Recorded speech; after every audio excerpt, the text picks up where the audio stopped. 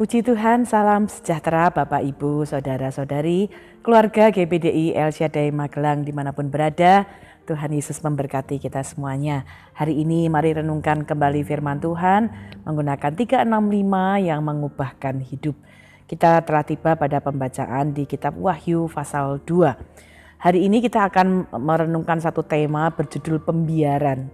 Pembiaran itu artinya sikap yang tidak peduli terhadap berbagai kesalahan atau kejahatan yang terjadi di sekitar kita.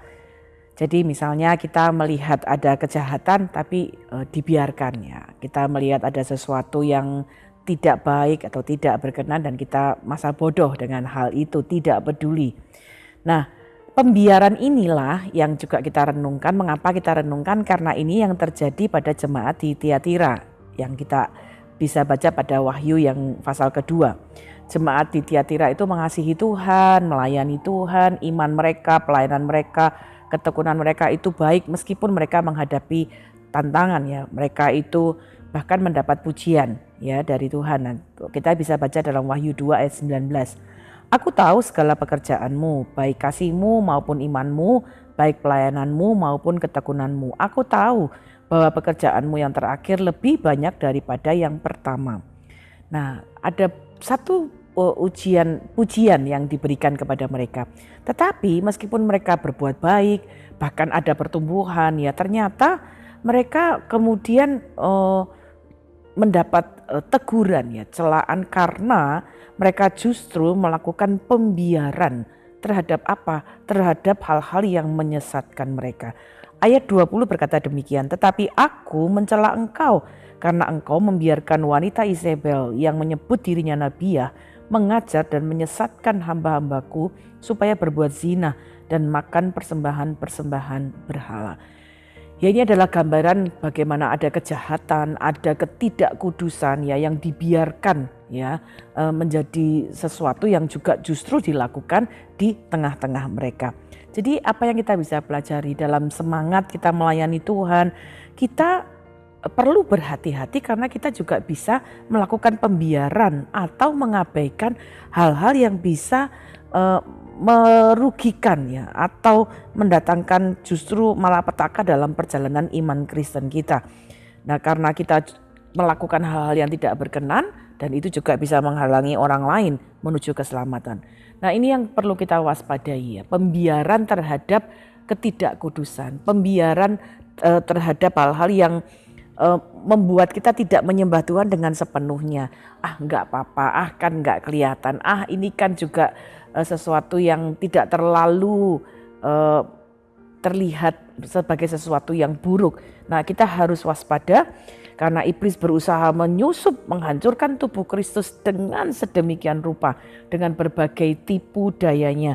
Jadi jangan biarkan ya, jangan lakukan pembiaran terhadap dosa. Ya, karena dari jemaat Tiatira kita belajar pembiaran itu membuat mereka kemudian justru tersesat. Ayat 20 berkata ya bahwa engkau menyesatkan, pembiaran itu membuat kita tersesat. Ya, ketika kita membiarkan pengajaran sesat, membiarkan hal-hal yang tidak kudus berjalan bersama-sama di dalam pelayanan ya. Mungkin dalam kebiasaan-kebiasaan yang buruk ya, kebiasaan-kebiasaan yang tidak berkenan dalam kehidupan Kristen kita pun ya, firman Allah berkata itu bisa membuat kita tersesat. Kedua, pembiaran itu bisa membuat kita kemudian enggan atau tidak mau bertobat. Wahyu 2 ayat 21 berkata, dan aku telah memberikan dia waktu untuk bertobat tetapi ia tidak mau bertobat dari zinanya. Bapak Ibu Saudara, pembiaran terhadap dosa ya membuat orang itu mencicipi dosa. Dan ketika mencicipi terjadi mungkin kita bisa pakai istilah kecanduan. Enggak apa-apa. Ternyata saya juga melayani, saya juga ke gereja. Tapi kita melakukan hal-hal yang tidak berkenan kepada Tuhan dan kita merasa ya baik-baik saja. Enggak apa-apa gitu ya. Kemudian mungkin ada kebiasaan-kebiasaan buruk yang tidak berkenan.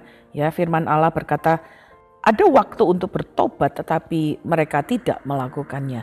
Nah, ini yang juga bisa kita perlu waspadai ketika kita membiarkan tidak peduli terhadap dosa, terhadap kesalahan. Itu bisa membuat kita kemudian tidak mau bertobat.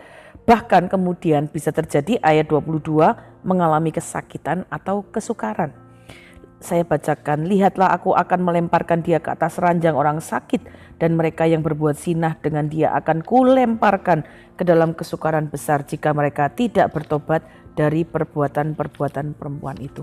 Ya, ada akibat-akibat yang justru akan semakin mengalami kesukaran yang besar. Bahkan ketika sudah mengalami itu pun tetap tidak mau bertobat. Ayat 23 berkata, dan anak-anaknya akan kumatikan, dan semua jemaat akan mengetahui bahwa akulah yang menguji batin dan hati orang, dan bahwa aku akan membalaskan kepada kamu setiap orang menurut perbuatannya. Bapak Ibu Saudara, kita punya Tuhan yang luar biasa, Tuhan yang mengasihi, tapi dia Tuhan juga yang menguji batin. Dia tahu sampai kedalaman hati kita. Mungkin di luar ya kita, baik kami pelayan, baik kita semua sebagai orang percaya ya kita bisa melayani, kita bisa aktif ya. Bahkan kita bisa menunjukkan kemajuan iman, tapi Tuhan benar-benar ingin kita punya kemurnian. Jangan sampai kita membiarkan dosa ya terjadi ya di dalam kehidupan kita. Jadi bagaimana supaya tidak terjadi pembiaran terhadap dosa? Satu, kita harus terus memeriksa diri kita supaya kita bisa menguji diri kita, jangan sampai kita terkena tipu daya iblis. 2 Korintus 13 ayat 5 berkata demikian, ujilah dirimu sendiri, apakah kamu tetap tegak di dalam iman? Selidikilah dirimu, apakah kamu tidak yakin akan dirimu bahwa Kristus Yesus ada di dalam diri kamu? Sebab jika tidak demikian kamu tidak tahan uji. Bapak Ibu Saudara, kita setiap hari harus memeriksa apakah jalanku benar ya, selidiki aku ya Tuhan, ketahuilah ya jalan-jalanku. Itu doa dari pemazmur juga ya, biarlah juga menjadi bagian dalam hidup kita. Tuhan, kalau ada hal yang gak benar, biarlah Tuhan membuat aku punya hati nurani yang peka ya kepada apa yang keliru, dan kita kemudian bisa mengujinya. Termasuk juga kita menguji ajaran, doktrin ya, pengkhotbah ya, apapun yang menentang Tuhan kita perlu menguji hal itu. Kalau bukan dari Tuhan, kita harus lakukan sesuatu untuk tidak membiarkannya.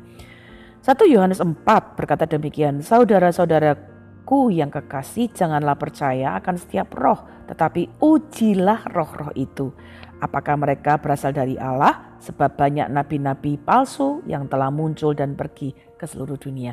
Jadi kita juga perlu memeriksa ya apa yang kita dengar. Mungkin hari-hari ini kita bisa mudah sekali dengar segala sesuatu dari media sosial.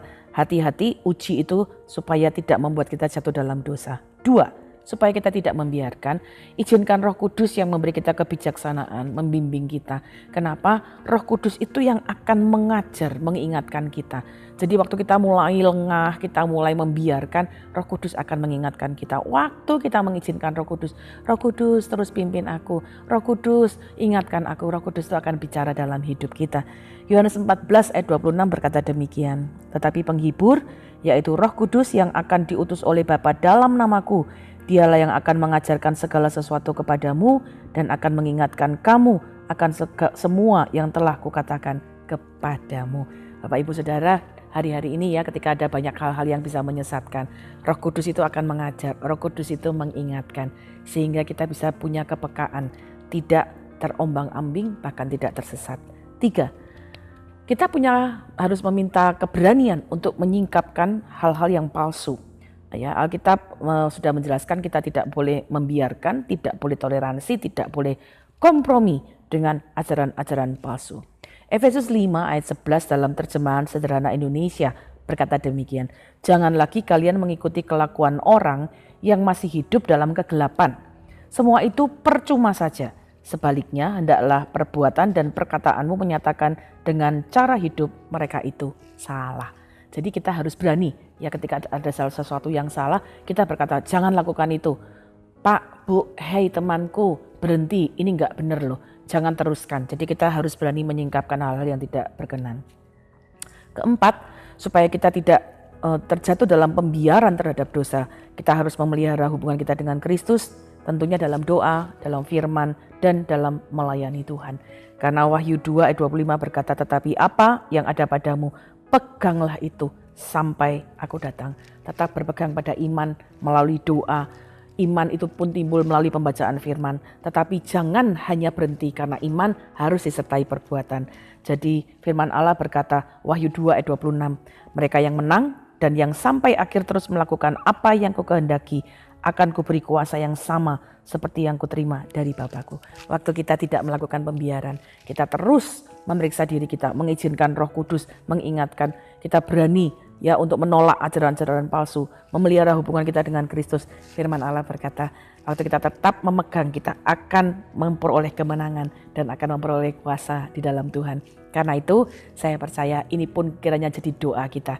Jangan lakukan pembiaran, tapi terus maju di dalam Tuhan, terus bertumbuh dalam iman, ya terus setia kepada Tuhan, supaya pegang apa yang ada pada kita sampai Tuhan Yesus Kristus datang kedua kali. Puji Tuhan. Terima kasih Bapak Ibu telah mengikuti Renungan 79. Kiranya dapat menjadi berkat untuk kita semua teguh di dalam iman kita.